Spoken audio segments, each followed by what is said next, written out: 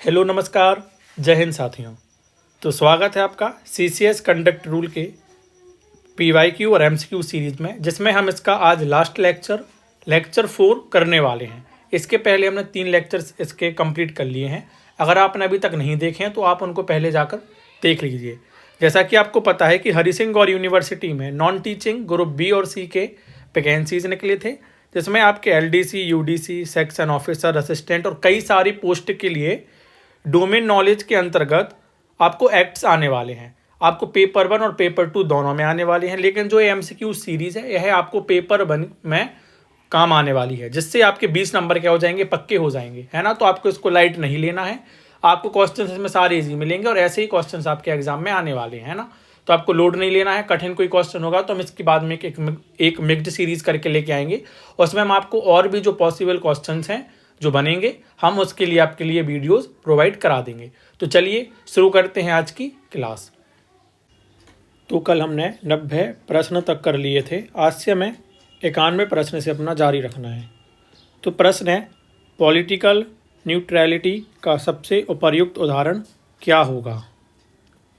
पहला ऑप्शन है, कर्मचारी ने चुनावी समय में किसी दल का झंडा अपने घर लगाया। दूसरा ऑप्शन है, कर्मचारी ने फेसबुक पर सभी पार्टियों की आलोचना की। तीसरा ऑप्शन है, कर्मचारी ने चुनाव में वोट डाला।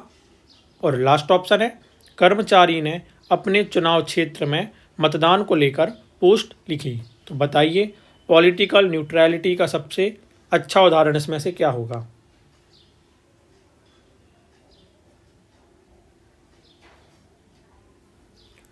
तो क्या होगा इसका सही आंसर? ऑप्शन सी, कर्मचारी ने वोट डाला, क्योंकि वोट डालना क्या है, एक नागरिक अधिकार है, ना कि क्या है, राजनीतिक गतिविधि है ना। चलिए अगला प्रश्न है, निम्न में से कौन सी स्थिति मिसकंडक्ट नहीं मानी जाएगी। पहला ऑप्शन है, कर्मचारी ने सार्वजनिक कार्यक्रम में अपने विभाग के खिलाफ बात की। दूसरा ऑप्शन है, कर्मचारी ने बिना अनुमति कोई किताब प्रकाशित की जिसमें विभागीय अनुभव का उल्लेख है। तीसरा ऑप्शन है, कर्मचारी ने गुप्त रूप से अपने अधिकारी को रिकॉर्ड किया। तीसरा है, कर्मचारी ने गुप्त रूप से अपने अधिकारी को क्या किया, रिकॉर्ड किया। और लास्ट ऑप्शन है, कर्मचारी ने ऑफिस टाइम के बाद NGO के लिए स्वयंसेवक कार्य किया। तो बताइए क्या सही आंसर होगा, मिसकंडक्ट नहीं माना जाएगा। क्या नहीं माना जाएगा? ऑप्शन डी, कर्मचारी ने ऑफिस टाइम में NGO के बाद क्या, NGO के लिए क्या किया, स्वयं सेवक कार्य किया। बाकी तो आपका सब मिसकंडक्ट में आ जाएगा। अगर आप अपने से बड़े अधिकारी का क्या करते हो, रिकॉर्डिंग करते हो गुप्त रूप से, तो भैया वो मिसकंडक्ट हो जाएगा, है ना। अगर आप कर्मचारी के बिना अनुमति के कोई बुक का पब्लिश करते हो जिसमें आप विभागीय अनुभव का उल्लेख कर रहे हो, तो भैया ये भी मिसकंडक्ट माना जाएगा, है ना। सार्वजनिक कोई कार्यक्रम चल रहा है और आप उसमें अपने विभाग की क्या कर दो, बुराई करो या विभाग के खिलाफ कोई बात कर दो, तो भैया ये भी मिसकंडक्ट माना जाएगा, है ना। तो ऐसे आप इसको अलग कर सकते हो। डिस्प्रोपोर्शनेट एसेट्स का सीधा संबंध किस नियम से है। पहला ऑप्शन है नियम 16, दूसरा ऑप्शन है नियम 18, तीसरा ऑप्शन है नियम 13 और लास्ट ऑप्शन है नियम 21। तो बताइए क्या सही आंसर होगा।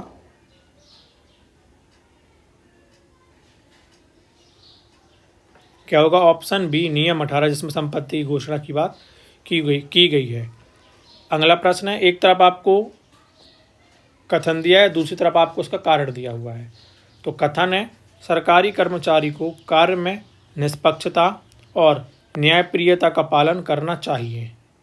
कारण है, क्योंकि उसे अपने निर्णयों से किसी एक पक्ष को फायदा पहुंचाना होता है। अब आपको बताना है, पहला ऑप्शन है ए और आर दोनों सही हैं और आर ए की सही व्याख्या है। दूसरा ऑप्शन है ए सही है, आर गलत है। तीसरा ऑप्शन है ए और आर दोनों गलत हैं और लास्ट ऑप्शन है ए गलत है और आर सही है। तो बताइए इसका सही आंसर क्या होगा।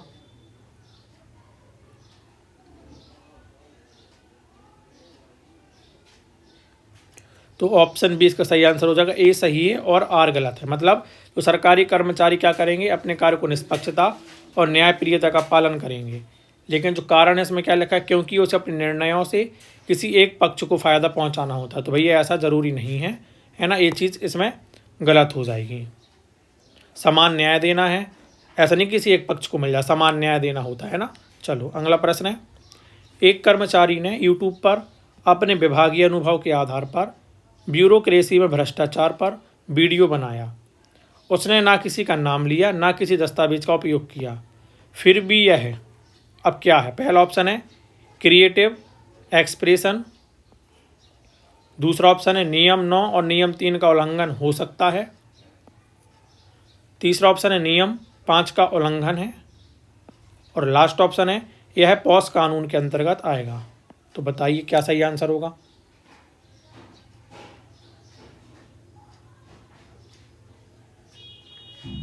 तो ऑप्शन बी नियम 9 और नियम 3 का उल्लंघन हो सकता है। अगला प्रश्न है, कर्मचारी ने अपने भाई की संपत्ति में अंशदान किया और वहां से लाभ लिया, जबकि वह कंपनी विभागीय टेंडर में भाग लेती है।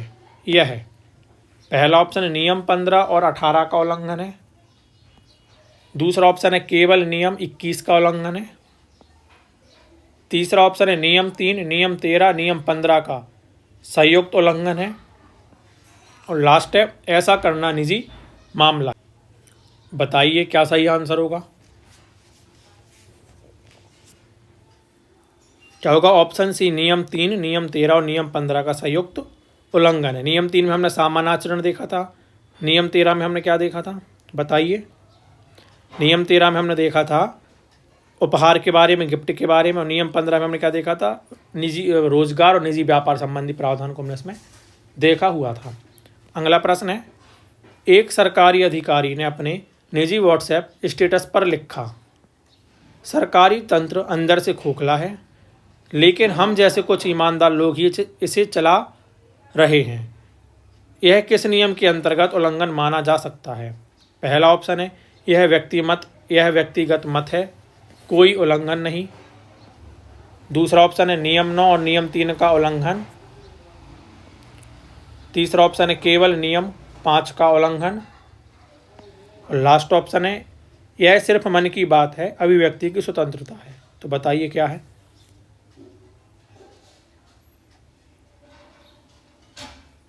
क्या होगा सही आंसर।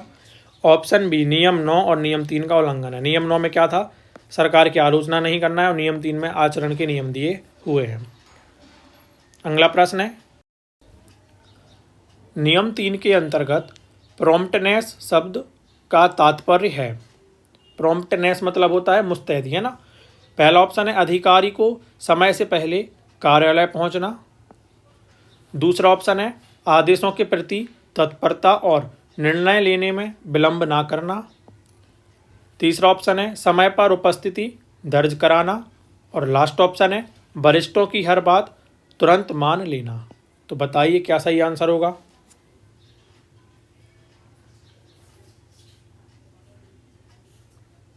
क्या होगा, ऑप्शन बी आदेशों के प्रति तत्परता और निर्णय लेने में विलंब ना करना। देखो जो प्रॉम्प्टनेस होता है इसका मतलब होता है कि केवल समय पर पहुंचना नहीं है, बल्कि निर्णय में सक्रियता होनी चाहिए, आदेश का पालन होना चाहिए, और दक्षता भी आपकी दिखनी चाहिए, है ना। तो ये सारी चीज़ों को है, ये नहीं कि आप टाइम पर पहुंच गए और सब कुछ हो गया, नहीं ऐसा कुछ नहीं है ना। अगला प्रश्न है, एक कर्मचारी ने अपने यूट्यूब चैनल पर अपने अनुभव साझा करते हुए कहा, सरकारी योजनाएं सिर्फ कागजों में हैं, ज़मीनी हकीकत कुछ और है। इस कथन की वैधानिक समीक्षा क्या है। पहला ऑप्शन है यह एक ईमानदारी टिप्पणी है, प्रोटेक्ट बाय फ्री स्पीच, दूसरा है यह नियम 9 और नियम 3 का उल्लंघन हो सकता है, तीसरा ऑप्शन है यह विसिल विलोइंग माना जाएगा, और लास्ट ऑप्शन है यह नियम लागू नहीं होता क्योंकि नाम नहीं लिया गया। बताइए क्या सही आंसर होगा। ये आपका लास्ट लेक्चर चल रहा है एमसीक्यूज और पीवाईक्यू का, है ना। इसके बाद हम कल से नया एक्ट को शुरू कर देंगे। नया एक्ट हम तभी लाएंगे जब आपके अच्छे व्यूज़ वगैरह जा रहे होंगे। तो बताइए क्या इसका सही आंसर होगा। ऑप्शन बी, नियम 9 और नियम 3 का उल्लंघन हो सकता है। अगला प्रश्न है, इसमें आपको फिर से कथन दिया हुआ है और नीचे आपको कारण दिया हुआ है ना। तो कथन है, सरकारी कर्मचारी केवल वही व्यापार कर सकता है जो उसके परिवार के नाम पर हो। और दूसरा है, क्योंकि नियम 21 केवल सीधे व्यापार को प्रतिबंध करता है, अप्रत्यक्ष नहीं। ऑप्शन है ए और आर दोनों सही हैं और आर एक ही सही व्याख्या है। दूसरा ऑप्शन है ए सही है, आर गलत है।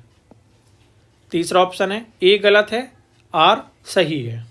और लास्ट ऑप्शन है ए और आर दोनों गलत हैं।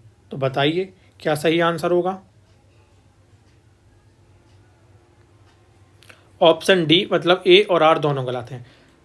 भैया आपको किसी भी प्रकार से व्यापार नहीं करना है, चाहे आपका परिवार के नाम से करो, चाहे आप किसी अन्य व्यक्ति के नाम से करो, चाहे आप प्रत्यक्ष करो और चाहे आप अप्रत्यक्ष करो, आपको नहीं करना है ना। चलिए अगला प्रश्न है, नियम 11 बोलने का अधिकार के अनुसार कौन सी स्थिति छूट की श्रेणी में नहीं आती। पहला ऑप्शन है, कोई अधिकारी शोध सम्मेलन में नीति की आलोचना करता है। दूसरा ऑप्शन है, कर्मचारी बिना नाम लिए किसी नीति की कमी ट्वीट पर लिखता है। तीसरा ऑप्शन है, कर्मचारी आरटीआई में मिली जानकारी का विश्लेषण प्रेस को देता है। और लास्ट ऑप्शन है, कर्मचारी विभाग की नीति का समर्थन एक लेख में करता है। तो बताइए 11 में हमने देखा था कि संचार संबंधी प्रावधानों को देखा था, उसमें बताना कि कौन सी छूट की श्रेणी में नहीं आता है। कौन नहीं आएगा। ऑप्शन बी, कर्मचारी बिना नाम लिए किसी नीति की कमियां ट्वीट पर लिखता है। ठीक है। अगला प्रश्न है, यदि एक सरकारी कर्मचारी अपने रिश्तेदार को सरकारी निविदा मतलब टेंडर के विषय में पूर्व सूचना दे दे तो वह कौन से नियम का उल्लंघन करता है। पहला ऑप्शन है केवल नियम 13। दूसरा ऑप्शन है नियम 3, नियम 13, नियम 15। तीसरा ऑप्शन है नियम 9 और नियम 21। और लास्ट ऑप्शन है नियम 5 और नियम 18। बताइए क्या सही आंसर होगा। ऑप्शन बी इसका सही आंसर हो जाएगा नियम 3, नियम 13, नियम 15। नियम 3 में हमने क्या देखा था, असामान्य आचरण के नियम, जिसमें आपका निष्पक्षता और विश्वसनीयता प्रभावित होगी। नियम 13 से क्या होगा, गोपनीयता जानकारी साझा करना इसमें शामिल किया गया है। नियम 15 में क्या है, हितों का टकराव होगा, है ना। तो तीनों किस में आ जाएंगे, मिसकंडक्ट की श्रेणी में आ जाएंगे। अगला प्रश्न है, एक कर्मचारी ने अपनी निजी वेबसाइट पर सरकारी फाइलिंग प्रणाली की असफलता पर 5 ब्लॉग पोस्ट लिखी और यह कहा कि अगर अफसर चाहे तो देश बदल सकता है वरना कुछ नहीं हो सकता। यह किस स्थिति को उत्पन्न करता है। पहला ऑप्शन है यह केवल आलोचना है, नियम लागू नहीं होता। दूसरा ऑप्शन है यह नियम 9, नियम 3 और संभावित रूप से नियम 5 का संयुक्त उल्लंघन है। तीसरा ऑप्शन है यह व्यक्तिगत राय है जो संविधान द्वारा संरक्षित है। और लास्ट ऑप्शन है यह केवल विभाग की सहमति से वैध हो सकता है। बताइए क्या सही आंसर होगा। क्या होगा। ठीक है, ऑप्शन बी इसका सही आंसर हो जाएगा, यह नियम 9, 3 और संभावित रूप से नियम 5 का संयुक्त उल्लंघन है। अगला प्रश्न है, निम्न में से कौन सा कथन ethical misconduct without rule violation के तहत आता है। पहला ऑप्शन है कर्मचारी ने गलत जानकारी दी और लाभ उठाया। दूसरा ऑप्शन है कर्मचारी ने बिना नियम तोड़े काम किया लेकिन जानबूझकर एक योग्य व्यक्ति को अवसर से वंचित किया। तीसरा ऑप्शन है कर्मचारी ने गोपनीय दस्तावेज मीडिया को दिया। और लास्ट ऑप्शन है कर्मचारी ने ठेकेदार से रिश्वत ली। क्या सही आंसर होगा। तो ऑप्शन बी इसका सही आंसर हो जाएगा, कर्मचारी ने बिना नियम तोड़े काम किया लेकिन जानबूझकर एक योग्य व्यक्ति को अवसर से वंचित किया, है ना। चलिए अगला प्रश्न है, इसमें भी आपको कथन और कारण दिया हुआ है। तो कारण है आपका कथन है आपका, सीसीएस कंडक्ट रूल में पॉलिटिकल न्यूट्रलिटी की परिभाषा स्पष्ट रूप से दी गई है। और कारण दिया हुआ है क्योंकि राजनीतिक दलों की सदस्यता और प्रचार निषिद्ध है। पहला ऑप्शन है ए और आर दोनों सही हैं और आर ए को सही ढंग से स्पष्ट करता है। दूसरा ऑप्शन है ए सही है, आर गलत है। तीसरा ऑप्शन है ए गलत है और आर सही है। और लास्ट ऑप्शन है दोनों गलत हैं। तो बताइए क्या सही आंसर होगा।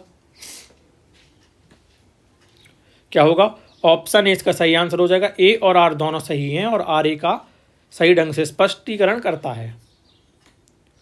अगला प्रश्न है, यदि कोई कर्मचारी अपने जीवन साथी के नाम से एक होटल शुरू करता है जिसमें सरकारी ठेकेदार नियमित ग्राहक हैं और विभाग को इसकी जानकारी नहीं देता, तो निम्नलिखित में से कौन से नियम लागू होंगे? पहला ऑप्शन है नियम 13 और 18। दूसरा ऑप्शन है नियम 15, नियम 3 और नियम 18। तीसरा ऑप्शन है नियम 15 और लास्ट ऑप्शन है यह उल्लंघन नहीं है क्योंकि नाम पर नहीं है। तो बताइए क्या सही आंसर होगा।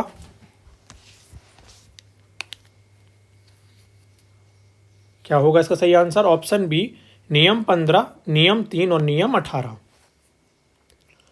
अगला प्रश्न है, निम्न में से किस स्थिति को अनड्यू इन्फ्लुएंस की श्रेणी में नहीं रखा जा सकता? पहला ऑप्शन है अधिकारी अपने संबंध का उपयोग कर प्रमोशन जल्दी कर लो। दूसरा ऑप्शन है कर्मचारी मंत्री से सिफारिश करवा कर ट्रांसफर करवा ले। तीसरा ऑप्शन है कर्मचारी वरिष्ठ अधिकारी के दबाव में एक गलत आदेश लागू करे। और लास्ट ऑप्शन है कर्मचारी विभाग के सोशल क्लब का प्रेसिडेंट बने। तो बताइए सही आंसर क्या होगा।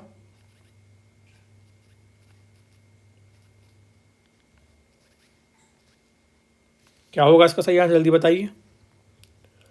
तो ऑप्शन डी इसका सही आंसर हो जाएगा, कर्मचारी विभाग के सोशल क्लब का प्रेसिडेंट बने, है ना। चलिए अगला प्रश्न है, एक कर्मचारी ने कार्यालय की मीटिंग में अपने सीनियर के निर्णय को बेवकूफ़ी भरा कहा और बाद में माफ़ी मांग ली। विभाग क्या कर सकता है? पहला ऑप्शन है माफ़ी के बाद कोई कार्यवाही नहीं हो सकती। दूसरा ऑप्शन है यह नियम 3 का उल्लंघन है, मतलब अनुशासनात्मक कार्रवाई हो सकती है। अगला ऑप्शन है यह नियम 9 का उल्लंघन है, केवल चेतावनी दी जाएगी। और लास्ट ऑप्शन है ऐसा आचरण कार्यालय की स्वतंत्रता के अंतर्गत आता है। तो बताइए क्या सही आंसर होगा 108 का 108 का। ऑप्शन बी यह नियम 3 का उल्लंघन है। अगर अभी तक आपने मेरे इसके थ्योरी के वाले वीडियोस नहीं देखे हैं तो आप पहले उनको देख लीजिए ताकि आपको पता चल जाएगी किस नियम के अंतर्गत क्या प्रावधान है। हमने ना उसको बहुत अच्छे से पढ़ लिया है। सिर्फ 5 लेक्चर्स में ही आपका सीसीएस कंडक्ट रूल 1964 को हमने ख़त्म कर दिया है ना। तो अगर आपने नहीं देखा तो प्लीज़ आप उसको जाके पहले देख लो, उसके बाद ही आप एमसीक्यूज और पीवाईक्यू को इसको सॉल्व करोगे तो आपको करने में भी इसको मज़ा आएगा, है ना। तो एक काम कर रहा मैं आपके लिए, जो प्लेलिस्ट मैंने बना रखी है उसकी लिंक मैं आपको इसी वीडियो के डिस्क्रिप्शन बॉक्स में दे दूंगा, तो आप उस पर क्लिक करके हमारे जो 5 लेक्चर हैं आप उनको एक्सेस कर पाओगे, है ना। चलो अगला प्रश्न देखते हैं क्या है। अगला प्रश्न है, एक अधिकारी हर वर्ष संपत्ति रिटर्न तो भरता है पर जानबूझकर एक प्लॉट की जानकारी छुपाता है जो उसने अपने पत्नी के नाम पर खरीदा है। क्या यह मिस रिप्रेजेंटेशन माना जाएगा? पहला ऑप्शन है नहीं, क्योंकि संपत्ति पत्नी के नाम है। दूसरा ऑप्शन है हाँ, नियम 18 और नियम 3 का उल्लंघन है। तीसरा ऑप्शन है केवल नियम 18 लागू होगा। और लास्ट ऑप्शन है यह गोपनीयता की रक्षा है। बताइए क्या सही आंसर होगा।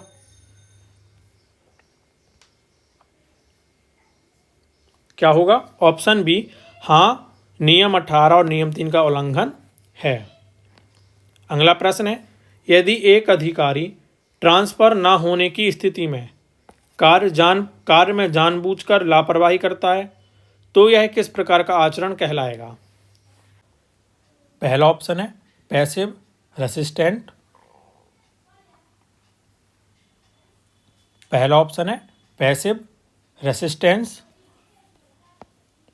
दूसरा ऑप्शन है कंडक्टिव। पहला ऑप्शन है पैसिव रेसिस्टेंस। दूसरा ऑप्शन है कंस्ट्रक्टिव डिसेंट। तीसरा ऑप्शन है मैलिशियस नेग्लिजेंस। और लास्ट ऑप्शन है प्रोसीड्यूरल डिले। तो बताइए इसका सही आंसर क्या होगा?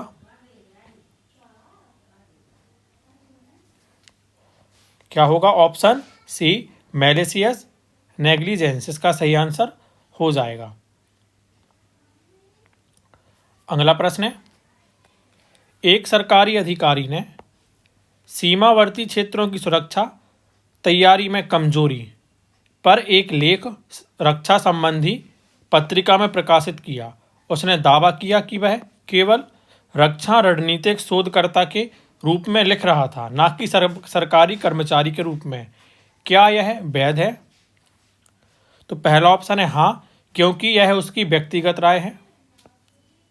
दूसरा ऑप्शन है नहीं, यह नियम 9 और रक्षा मंत्रालय की गोपनीयता नीति का उल्लंघन है। तीसरा ऑप्शन है हाँ, यदि उसने किसी गोपनीय दस्तावेज का उल्लेख नहीं किया। और लास्ट है वैध होगा यदि लेख के नीचे निजी विचार लिखा गया हो। तो बताइए इसका सही आंसर क्या होगा?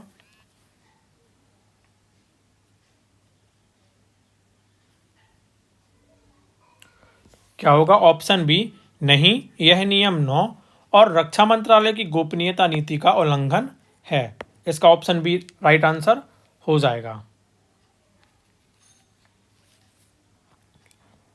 अगला प्रश्न है, निम्नलिखित में से कौन सा कथन पारिवारिक स्वतंत्रता के नाम पर स्वीकार्य नहीं है? पहला ऑप्शन है अधिकारी की पत्नी ने यूट्यूब चैनल शुरू किया जिसमें वह सरकारी नीतियों की आलोचना करती है। दूसरा ऑप्शन है अधिकारी का भाई एक निर्माण कंपनी का मालिक है जो उसी विभाग में ठेके लेती है। तीसरा ऑप्शन है अधिकारी के माता पिता ने विपक्षी दल के लिए चुनाव प्रचार किया। और लास्ट ऑप्शन है अधिकारी की बेटी छात्र राजनीति में भाग लेती है। तो बताइए क्या सही आंसर होगा?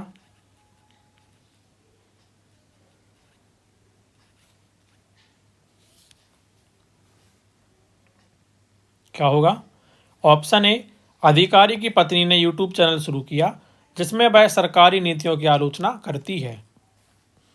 अगला प्रश्न है, मिसकंडक्ट की किस स्थिति में विभागीय कार्रवाई के लिए साक्ष्य का स्तर बियॉन्ड रीजनेबल डाउट होना आवश्यक नहीं है? पहला ऑप्शन है अगर भ्रष्टाचार की शिकायत सीबीआई को भेजी गई हो। दूसरा है यदि मामला अदालत में विचाराधीन हो। तीसरा है यदि विभागीय अनुशासनात्मक प्रक्रिया के अंतर्गत कार्रवाई हो रही हो। और लास्ट ऑप्शन है जब मामला आईपीसी की धारा 409 के तहत दर्ज हो। तो बताइए क्या सही आंसर होगा?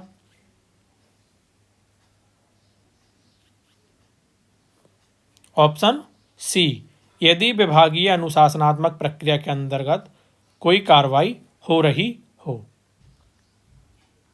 अगला प्रश्न देखते हैं क्या है। अगला प्रश्न है,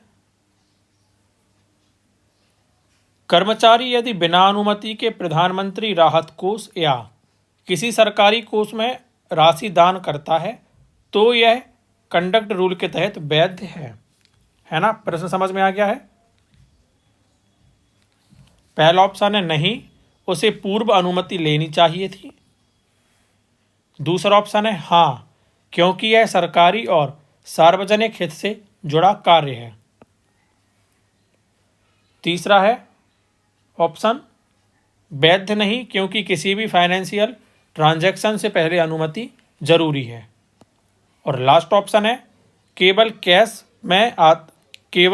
कैश में दान अवैध होता है, ऑनलाइन वैध होता है। तो बताइए क्या सही आंसर होगा।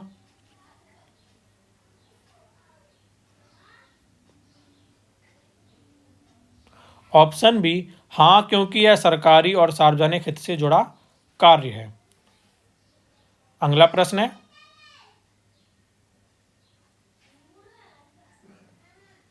पहला ऑप्शन है एक कर्मचारी विभागीय जांच के दौरान बार बार मानसिक बीमारी का बहाना बनाकर सुनवाई से बचता है, लेकिन सोशल मीडिया पर सक्रिय पाया जाता है। विभाग क्या कर सकता है। पहला ऑप्शन है कुछ नहीं, मानसिक स्वास्थ्य की निजता सर्वोपरि है। दूसरा ऑप्शन है उसे मजबूर नहीं किया जा सकता। तीसरा ऑप्शन है विभाग उसकी ऑनलाइन गतिविधियों के आधार पर साक्ष्य प्रस्तुत कर सकता है। और लास्ट ऑप्शन है उसे मेडिकल बोर्ड से छूट मिलनी चाहिए। तो बताइए क्या सही आंसर होगा।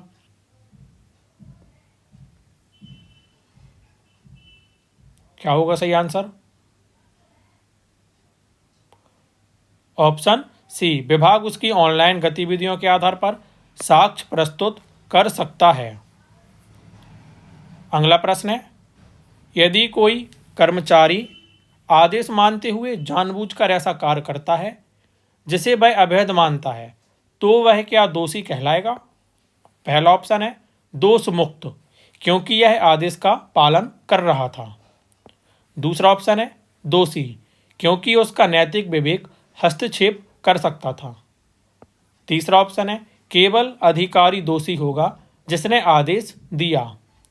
और लास्ट ऑप्शन है दोनों निर्दोष माने जाएंगे। तो बताइए क्या सही आंसर होगा।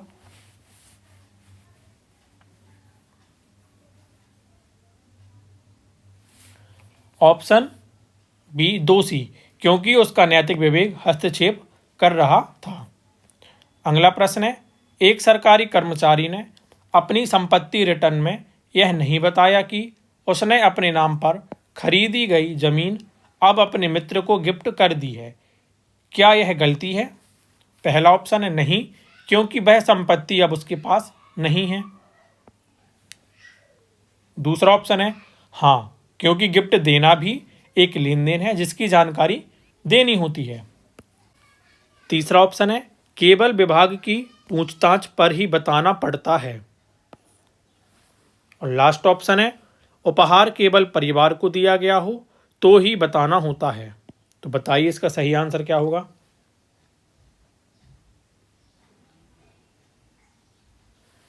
ऑप्शन बी हाँ, क्योंकि गिफ्ट देना भी लेन देन है जिसकी जानकारी देनी होती है। अगला प्रश्न है, निम्न में से कौन सा कथन सही रूप से नियम 3 के उल्लंघन को दर्शाता है जबकि कोई आर्थिक लाभ नहीं हुआ। पहला ऑप्शन है अधिकारी ने एक पक्षपाती ट्रांसफर किया। दूसरा ऑप्शन है कर्मचारी ने सहकर्मी को अपमानजनक शब्द कहे। तीसरा ऑप्शन है अधिकारी ने किसी की नियुक्ति जानबूझकर टाली। और लास्ट ऑप्शन है उपरोक्त सभी। तो बताइए क्या सही आंसर होगा।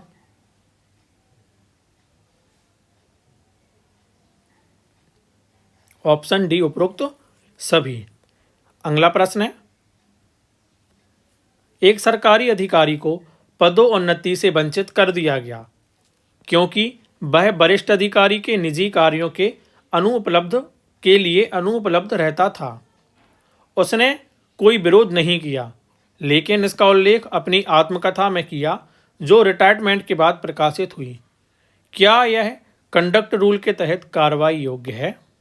पहला ऑप्शन है नहीं, क्योंकि उसने सेवा के बाद लिखा। दूसरा ऑप्शन है हाँ, यदि आत्मकथा में विभागीय गोपनीय जानकारी शामिल है। तीसरा ऑप्शन है केवल जब उसने अनुमति नहीं ली हो। और लास्ट ऑप्शन है बी और सी दोनों। बताइए क्या सही आंसर होगा।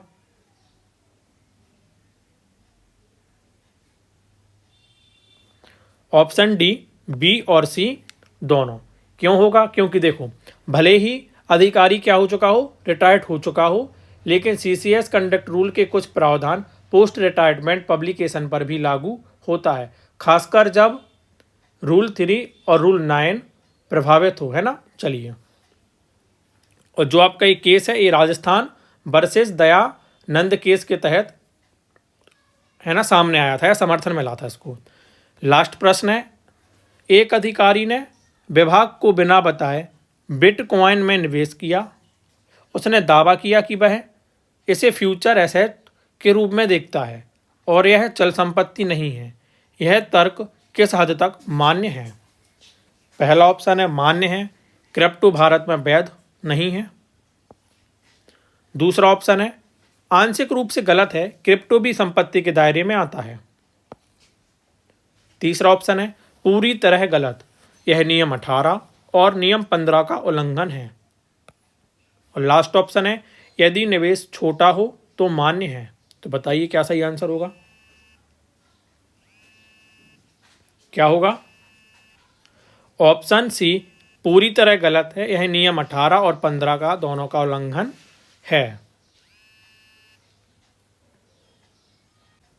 तो इसी के साथ हमारे सीसीएस कंडक्ट रूल के एमसीक्यूज और पीवाईक्यू आज समाप्त होते हैं। कल से हम मिलेंगे आपको एक नए एक्ट के साथ। जब तक के लिए धन्यवाद। जय हिंद।